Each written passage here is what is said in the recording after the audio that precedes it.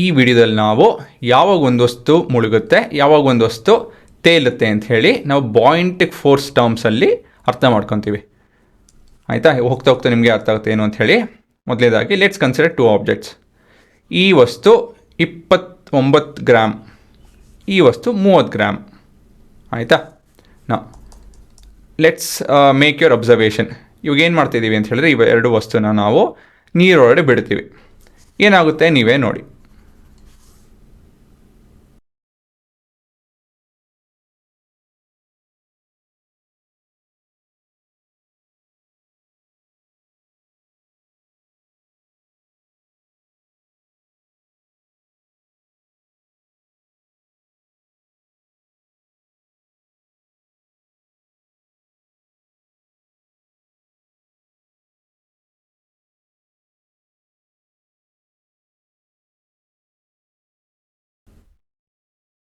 ಏನಾಯಿತು?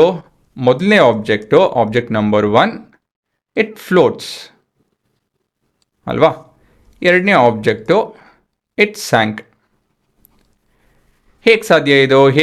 ಇದು ಎಂಥ ಕಂಡೀಷನಲ್ಲಿ ಇದು ಸಿಂಕ್ ಆಗ್ತಾಯಿದೆ, ಇದು ಫ್ಲೋಟ್ ಆಗ್ತಾಯಿದೆ, ಅದನ್ನು ಅರ್ಥ ಮಾಡ್ಕೊಬೇಕು. ಅದನ್ನು ಅರ್ಥ ಮಾಡ್ಕೊಳಕ್ಕೆ ಬಾಯಿಂಟಿಕ್ ಫೋರ್ಸ್ ಕಂಡುಹಿಡಬೇಕು. What is the buoyant force been applied on it? ಅದು ಹೇಗೆ ಕಂಡುಹಿಡಿಯೋದು ಅಂತ ಹೇಳಿದ್ರೆ ಎಷ್ಟು ವಾಟರ್ ಡಿಸ್ಪ್ಲೇಸ್ ಆಗಿದೆ. ಆಯಿತಾ? ಇಲ್ಲಿ ಈ ಟೇಬಲ್ ನಾವು ಫಿಲ್ ಮಾಡ್ತು ಅಂತ ಹೇಳಿದ್ರೆ ನಮ್ಗೆ ಉತ್ತರ ಸಿಗುತ್ತೆ. ಡೆನ್ಸಿಟಿ ಆಫ್ ಫ್ಲೂಯಿಡ್ ಯೂಸ್ಡ್, ಇದು ನನ್ನ ಟ್ಯಾಪ್ ವಾಟರು ನಾವು ನೋಡಿದ್ದೀವಿ. ಎವ್ರಿ ಸೆಂಟಿಮೀಟರ್ ಕ್ಯೂಬಲ್ಲಿ there will be 1 gram of water ಅಲ್ವಾ. ಅದ್ರ ತೂಕ ಬಂದು 1 ಗ್ರಾಮ್ ಇರುತ್ತೆ. ಮಾಸ್ ಬಂದು, ತೂಕ ಅಲ್ಲ ಮಾಸ್ ಬಂದು, ಸರಿನಾ? ಸೊ ಆ ವಿಷಯ ತಿಳ್ಕೊಂಡು ಈ ಟೇಬಲ್ ಫಿಲ್ ಮಾಡ್ತು ಅಂತ ಹೇಳಿದ್ರೆ ಆಯಿತಾ ನಮ್ಗೆ ಉತ್ತರ ಸಿಗುತ್ತೆ. ಸೊ ಮೊದಲನೇದಾಗಿ ಎಷ್ಟು ನೀರು ಹೆಚ್ಚಾಗಿದೆ 2 ಕೇಸಲ್ಲೂ ಅಂಥೇಳಿ ನಾವು ಅಬ್ಸರ್ವ್ ಮಾಡಬೇಕು. ಹುಡುಗರ ಈ ಗೆರೆ ಒಂದು 200 ಸೆಂಟಿಮೀಟರ್ ಕ್ಯೂಬ್ ಕಂಡು. ಆಯಿತಾ? ನಿಮ್ಗೆ ಕಾಣ್ತಾ ಇಲ್ಲ ಅನ್ಕೊತೀನಿ, ನನಗೂ ಅಷ್ಟೇನು ಕಾಣ್ತಾ ಇಲ್ಲ ಇದು. ಬಟ್ ಇಲ್ಲಿ ಕಾಣ್ತಿದೆ ನೋಡಿ 200. ಇಲ್ಲಿ ಸ್ವಲ್ಪ ಕಾಣ್ತಾ ಇಲ್ಲ ಅದು ಸರಿಯಾಗೆ, ಬಟ್ ಅದು 200. ಇದು ತಿರ್ಗಾ 200, ನಿಮ್ಮ 200 ಲೈನು 10, 20 ಮತ್ತು 30. ಸೊ ಇದು ಆಲ್ಮೋಸ್ಟ್ 30 ಕರೆಕ್ಟಾಗಿ ಟಚ್ ಆಗ್ತಾ ಇಲ್ಲ, ಬಟ್ ಸ್ವಲ್ಪ ಕಮ್ಮಿ ಇದೆ. ಬಟ್ 230 ಅಂದರೆ ತೊಗೊತಾ ಇದ್ದೀನಿ ನಾನು.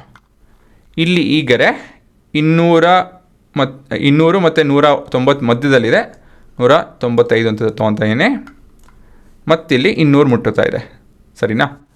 ಇವಾಗ ವಾಪಸ್ ಬನ್ನಿ, ಟೇಬಲ್ಲು ಫಿಲ್ ಮಾಡ್ತು ಅಂತ ಹೇಳಿ ನಮ್ಗೆ ಉತ್ತರ ಗೊತ್ತಾಗುತ್ತೆ.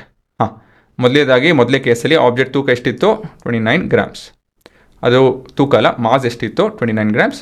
ತೂಕ ಎಷ್ಟಾಗುತ್ತೆ? 29/1000 × 10.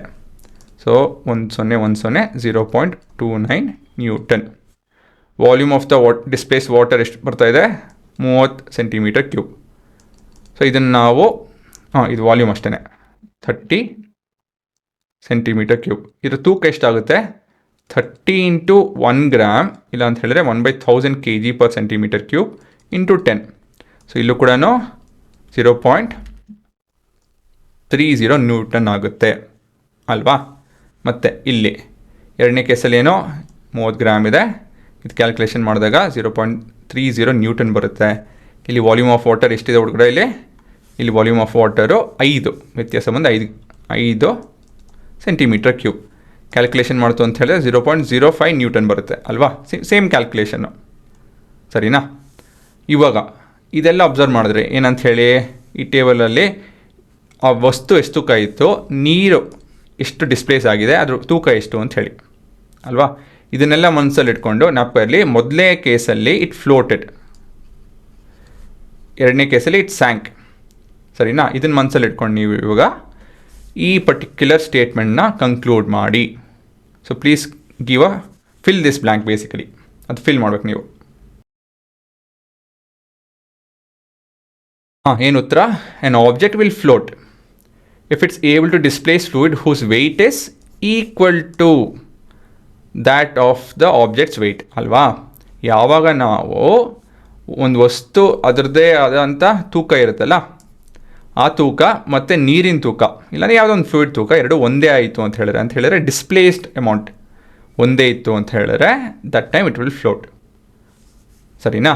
ಸೊ ಇದು ಮ್ಯಾಥಮೆಟಿಕಲಿ ಕೂಡ ಒಂದು ಸತಿ ಬಿಡಿಸಿ ಹೇಳ್ಬಿಡ್ತೀನಿ. ಮ್ಯಾಥಮೆಟಿಕಲ್ ರೀಸನಿಂಗ್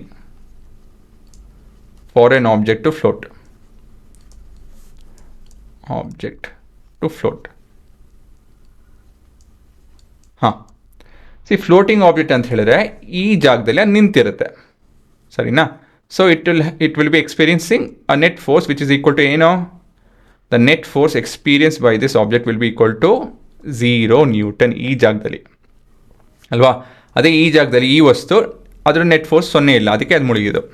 ಇಲ್ಲ ಆಯಿತು ಅಂತ ಹೇಳಿ the net force is 0. So ಮೊದಲನೇದಾಗಿ the net force acting on the object is 0 newton, ಅಲ್ವಾ? ಸೊ ಹಾಗಾಗಿ ನಾನು ಏನು ಹೇಳ್ಬೋದು, ಈ ವಸ್ತು ಈ ಜಾಗದಲ್ಲಿ there is a pull force which is equal to mg, ಅದು ತೂಕ, ಅದು ಮಾಸು ಮತ್ತು acceleration due to gravity. Opposing this, ಇದು ಅಪೋಸಿಟ್ ಆಗಿ ಮೇಲ್ ತಳ್ತಾ ಇರೋಂಥ ಫೋರ್ಸ್ ಯಾವುದು ಅಂತ ಹೇಳಿದ್ರೆ ಯುವರ್ ಬಾಯಿಂಟ್ ಫೋರ್ಸ್. ಸೊ ಇವಾಗ ಇಲ್ಲಿ ಸಬ್ಸ್ಟ್ಯೂಟ್ ಮಾಡ್ತು ಅಂತ ಹೇಳಿದ್ರೆ Fp minus mg is equal to 0. Therefore Fp should be equal to mg, ಅಲ್ವಾ? The buoyant force should be equal to the weight of the object, ಅಷ್ಟೇ, ಇನ್ನೇನಿಲ್ಲ. ಸೊ ಇದೇ ನಿಮ್ಮ ಕನ್ಕ್ಲೂಷನ್, ಸರಿನಾ? ಇವಾಗ ಪಾಸ್ ಮಾಡ್ಕೊಂಡು ಬರ್ಕೊಂಬಿಡ್ರ, ಹೆಡ್ಡಿಂಗ್ ಬರ್ಕೊಳ್ಳಿ.